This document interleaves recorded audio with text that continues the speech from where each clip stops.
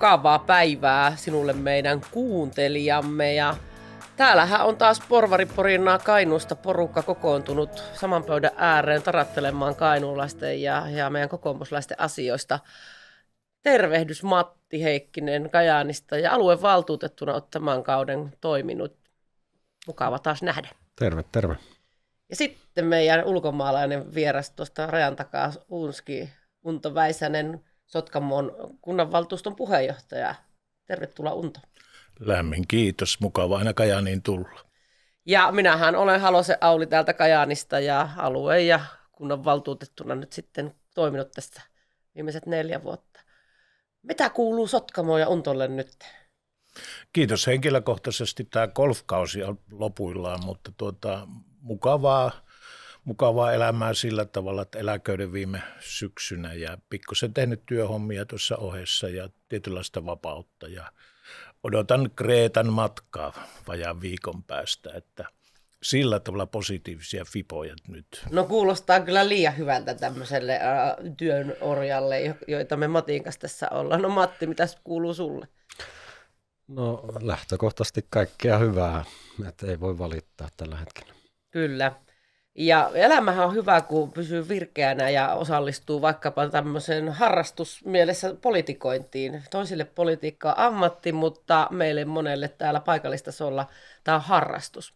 Nyt oli tarkoitus vähän rupatella siitä, että mitä me oikein ollaan saatu aikaiseksi. Niin Matti, aloitapa sinä, kun sinä puhut meidän koko Kainuun äänellä. Mitä Kainuun hyvinvointialueen synnytystuskissa nyt sitten on saatu aikaiseksi näinä kuluneina vuosina?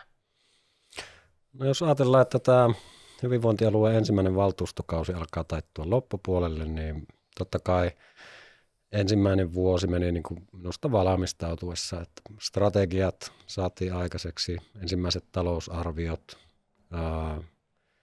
mutta sitten jos miettii, että mitä on niin kuin konkreettisesti saatu aikaiseksi, niin ja miettii tämmöistä pitkää aikaväliä, minusta merkittävin päätös varmaan on se, että meillä erikoissairaanhoito säilyy Kainuussa, saadaan uusi sairaala säilytettyä. Kyllä, tässä on tärkeitä tullut asioita. lakimuutoksia, että ei tarvitse enää synnytystoimintaa ikään kuin luvittaa.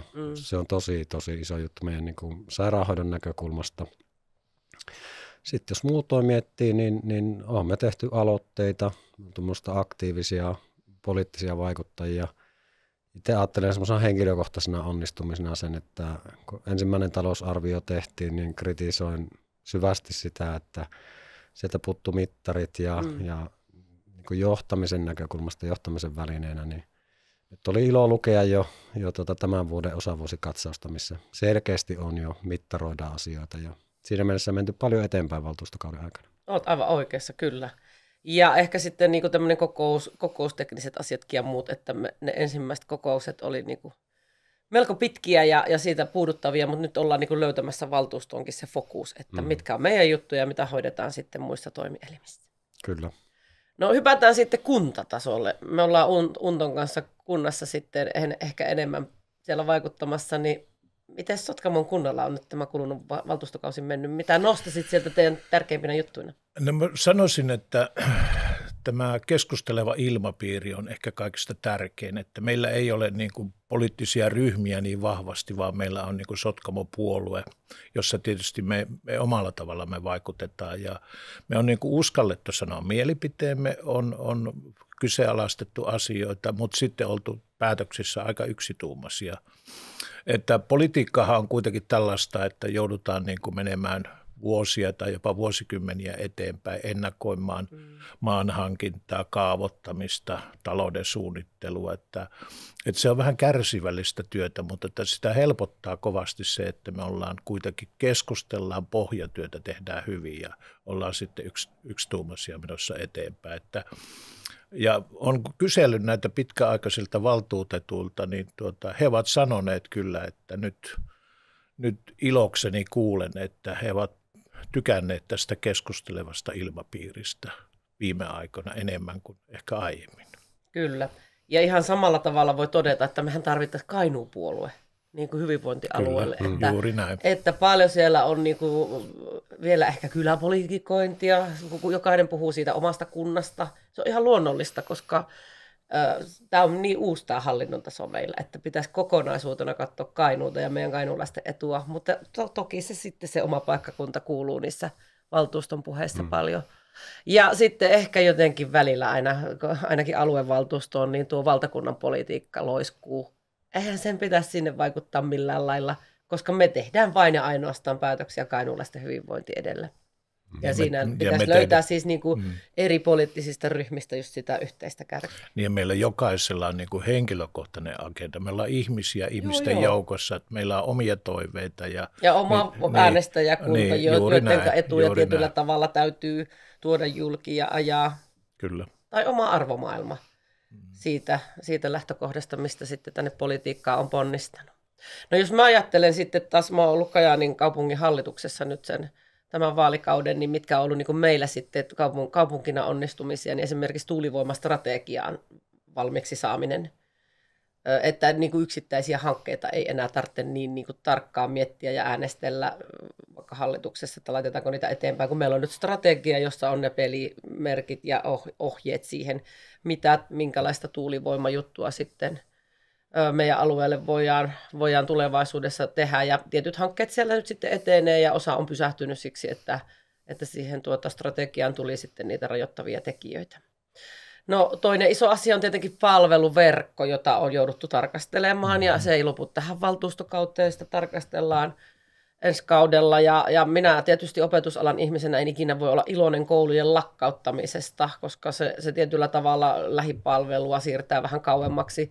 Mutta siinä mielessä mä oon tyytyväinen, että me ollaan saatu nyt sitten kuitenkin sitä resurssia niin kuin hallittua siten, että me pystyttäisiin jatkossakin järjestämään laadukasta opetusta kaikille kajanilaisille lapsille, niin kuin se perusoikeutena heille kuuluu, niin sitä pidän niin kuin hyvänä, että ollaan saatu sopeuttamissuunnitelmassa semmoisia yhteisiä päätöksiä tehtyä, jotka ne on niitä tulevaisuuspäätöksiä, mistä Untokin puhuit.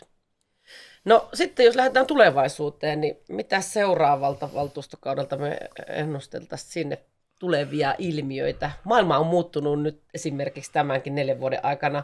Tässä on koronan jälkimainingeissa. Edelliset vaalit käytiin kummallisissa olosuhteissa, ei paljon patsasteltu missään pömpeleillä ja tarjoiltu makkaraa. Nyt tilanne on muuttunut. Sen jälkeen tuli Ukrainan sota, joka muutti todella paljon toimintaympäristöä, inflaatiokriisi. Et ihan paikallistasollakin nämä maailman ilmiöt on heilutelleet. Mitä te arvelette, mitä seuraavalta 4 vuodelta on odotettavissa? Joo, mä olin tässä pari viikkoa sitten näyttelijätyön professorin luennolla ja hän sanoi, että tämä luovuus ja tämä ihmisen niin kuin latautuminen tapahtuu periferioissa. Ja nyt kun meillä on tämä kaupungistumiskehitys, on hyvin semmoinen megatrendi, että kaikki keskittyy, niin kuitenkin ihminen lopulta kaipaa sinne luontoon, joskus yksinäisyyteen, hiljaisuuteen, jossa se lataa itseänsä. Jo pelkästään se vihreä väri on rauhoittava, niin kyllä mä näen. Minusta sininenkin rauhoittaa. No sininenkin rauhoittaa tietyssä vaiheessa, niin näen esimerkiksi meidän Sotkamo ja Vuokatin matkailu ja myöskin koko Kainuun matkailun osalta, että ihminen on back to the nature, eli haluaa palata niin kuin luontoyhteyteen eri tavalla ja se luo sitten taas niin kuin matkailullisia potentiaalia esimerkiksi Kainuussa, harvaan asuttuun Kainuussa, että se on varmaan yksi ja sitten tietysti turvallisuus on koetellut meitä, niin semmoinen tänä päivänä on uhka meidän niin kuin infra, sähkö, vesi, tietoliikenne, että se on sellainen, jotka pitää niin kuin varmistaa. Kyllä. Että se riittävyys maailmalta tullaan kysymään meiltä tulevaisuudesta, onko teillä vettä myydä? Onko teillä puhdasta vettä? Että voi olla, että meidän pintavedetkin alkaa käydä kaupaksi, kun ei pilata niitä. Ja hei, mahtavaa periferia trendaa, sitähän meillä riittää kaikille. Että kun junalla Kainuun raja ylittää, niin kyllä siinä heti periferia vastassa on, että sitä me osataan täällä kyllä. Niin meidän kannattaa nostaa myöskin sitä ihmisen kaipuuta niin kuin luontoyhteyteen. Kyllä. Sä oot tosi ajan ytimessä. No mitäs Matti, sä ennustelet tulevaan? Mä sanoin tuossa ennen koronaa, että Kainuun väkiluku kääntyy nousuun, mikäli Suomessa tapahtuu ydinonnettomuus tai merenpinta nousee 2 metriä. Että kyllä se niinku väestökehitys. Lähdet aika negatiivisen kautta tätä hakemaan, mutta anna mennä. On tämmöistä pohdintaa. Sitten yllätyin koronavuosina, että se niukin naukin kääntyi. Kyllä, ja se pysähtyi se niin kuin 30 vuoden tiputus. Muuttoliike kääntyi hetkellisesti. Sotkamo yhtenä vuonna nosti, Kajaani nosti seuraavana vuonna. Se on kuitenkin hyvä teko tässä ajassa. Syntyvyys on vähentynyt. Mutta sitten jos miettii tälleen lyhyellä aikavälillä, mitä seuraavalla valtuustokaudella, hyvinvointialueella, mä ajattelen, että koko tämä 20-luku, varmaan mennään 30-luvulle saakka siinä, että nämä alijäämät pitäisi saada taitettua. Hyvinvointialueiden rahoitusta varmaan pitää korjata. Meillä Kainuussakin alkaa olla alijäämää jo melkein 50 miljoonaa euroa. Samaan aikaan tämä väestö ikääntyy, sairastavuus ikääntyneessä väestössä varmaankin säilyy samalla tasolla. Sote-alalla työvoimapulaa. En mä usko, että nämä haasteet häviää mihinkään tässä seuraavan 4 vuoden aikana. Kyllä. Ja pakko varmaan nostaa tässä keskustelun digitalisaation loikkailut eteenpäin. Meillä on isoja datakeskusekosysteemejä tulossa tälle alueelle useita. Me tarvitaan sinne osaajia. Se tuo tänne vääjäämättä ihmisiä. Energia-ala, vetyteollisuus. Eli onhan näitä niinku asioita, joita taas ei osata yhtään ennustaa. Sitten 4 vuoden päästä voidaan jälkiviisastella, että no miten tässä nyt tässä kaikessa mullistuksessa meille kävi. No jos otetaan ihan jotakin konkreettisia juttuja, niin mitä itse ajattelisitte, että esimerkiksi mitä Unto Sotkamossa nyt seuraavan 4 vuoden aikana? Minkä te Pytingin rakennatte sinne? No Pytingeistä, niin mehän nyt nämä terveysturvalliset koulut, yläkoulut otettiin käyttöön syksyllä ja lukio tulee nyt jouluna ja sitten meillä on sote-keskus 1 ja urheilukenttääkin tehdään. Että meillä on vahva, yksi hieno katettu pesistadioni. Ja sitten pesistadioni tehtiin tässä, niin meillä on valtavan paljon investointeja, mutta meillä on myöskin usko tulevaisuuteen ja me tarvitaan, niin kuin sanoit tuossa, niin me tarvitaan energiaa, me tarvitaan, jos ne investoinnit, mitä on pöytälaatikossa tai suunnitelmissa, niin ne tarvitsee lisää energiaa. Ja sillä tavalla myöskin se sähkö on tosi tärkeä asia meille, että sähköverkko ei tällä hetkellä kestä kaikkea, mitä me halutaan. Sitten meillä on potentiaalia tuossa akatemiatoiminnassa, nuoria urheilijoita, uusia lajeja tulee. Meillä tuplajäät aiheutti sen, että mahdollisti sen, että jääkiekkoa. Nyt me tulee urheilukentälle tulee jalkapallo. Pinta tulee keinonurmi siihen keskelle. Se mahdollistaa taas niin kuin jalkapallonkin pitemmän kesäkauden hyödyntämisen. Me tarvitaan vielä, jos uskaliasti sanon, niin tarvitaan iso halli erilaisille harjoitteluille. Jos me sportissa aiotaan pysyä niin kuin pinnalla ja näkyvillä. Meillä on hiihdon olosuhteet, on meillä yhdet maailman parhaita niin kuin tutkimustoiminnan ja muun. Niin ja sitten taas sielläkin se tutkimustoiminta Jyväskylän yliopiston kautta, niin siellä tulee lisää kysyntää ja meillä on yrityksiä, olisiko meillä on tiloja. Me tarvitaan niin kuin yritystiloja. Me on puhuttu Snowballissa seuraavasta vaiheesta, että sellainen, jossa olisi ehkä asuntoja, ehkä yritysten tiloja, tutkimustoiminnan tiloja. Sitten me tarvitaan nuorille asuntola, tuleville ihmisille asuntoja, että gründereitä tarvitaan, semmoisia pieneen tyytyviä gründereitä, jotka uskaltaisi lähteä vähän omalla riskillä, niin ne olisi tervetulleita. Että kyllähän meillä tapahtuu paljon ja sitten meillä on se itärinne ja meillä on länsirinteessä tiettyjä, että niin kuin matkailualueena vahvistutaan. Että paljon positiivista odotusta, että se on mahdollistanut se, että meillä on ollut näitä masterplaaneja, mitä me on tehty niin kuin tulevaisuuden visioita. Ei yksi yhteen toteudu, mutta aika monet asiat palaset siellä rupeaa löytymään. Että on keskusteltu maanomistajien, yhtiöiden, yhteisöjen kanssa, että mitä me halutaan. Ja nyt Kirkonkylälle tulee myös sitten ehkä kerroskorkeutta lisätään ja toria on nyt lähdetty kaavoittamaan, satamaan on tehty suunnitelmia, että valtavan paljon, pikkusen euroja vielä puuttuu. No joo, mutta nehän matkan varrella jostakin löytyy. No, usko tulevaisuuteen vahva. Kyllä, mä komppaan sua tässä, että kun te tarvitte sitä sähköä, niin meillä Kajaanissahan on sitten kuitenkin suunnitelmia siihen, että miten ruvetaan nyt sitten esimerkiksi datakeskusten hukkalämmöllä hyödyntämään sitä. Tosi tärkeä että me tuotetaan sitä sähköä teille, kun saataisiin ne linjat kuntoon, niin energia tulee olemaan varmaan tärkeä juttu Kajaanin kaupungilla jatkossakin. Mehän yhdessä kyllä ollaan myöskin mukana tuossa meidän yhteisessä sähköyhtiössä. Eli se varmaan jatkuu niin kuin semmoisena keskusteluna nyt sitten kaupunkipolitiikan näkökulmasta. Kajaani on rempannut myös koulut, mitkä nyt sitten keskusalueella esimerkiksi tässä on, niin on komeita uusia rakennuksia, Lyseorakennus ja Lehtikankaan täysin uusi koulu. Meillä on hyvä koulutusketju omissa näpeissä varhaiskasvatuksesta korkea-asteelle. Ammattikorkeakouluhan on meille kaikille tosi tärkeä, niin kuin myöskin KAO, koska yhteistoiminnassa sitäkin eteenpäin viedään kuntien kanssa. Eli minä näen, että Kajaanin profiili on niin kuin varsin hyvä, ja olen itse joskus se ääneen sanonutkin, että jos meidän pitää niin kuin ne kärjet etsiä, kaikille on tärkeitä nämä meidän peruspalvelut, liikunnat, kulttuurit, mutta Kajaani selkeästi voisi nostaa profiilia kulttuurikaupunkina, ja Sotkamo on se sportti, koska me ollaan niin tavallaan lähekkäin toisia, että nämä meidän alueen, työssäkäyntialueen ihmiset pääsee hyötymään molemmista. Niin me olemme toistemme kainalossa. Kyllä, me ollaan vähintäänkin jo kihloissa keskenämme.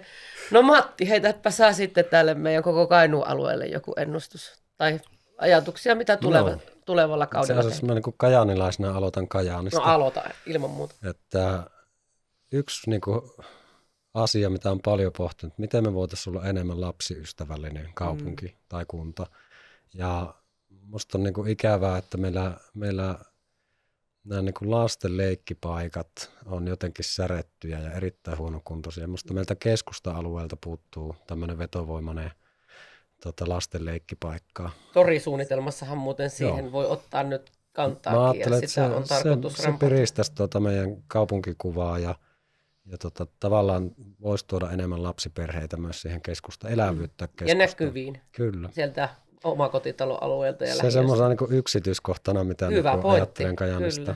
Ja sitten taas ehkä jos hyppää niin kuin Kainuun vinkkeliin ja Kainuun hyvinvointialueen näkökulmaan, niin siellä on paljon minusta rakennusvelkaa meidän sote-kiinteistöissä. Kuhmossa tämä on hyvä esimerkki, että on haettu investoria ja on saatu tarjouksia, mutta hintataso on jo karannut. Tämä tulee varmaan olemaan vaikea kysymys meillä, että miten ja minkälaisissa tiloissa pystytään sote-palveluja tuottamaan.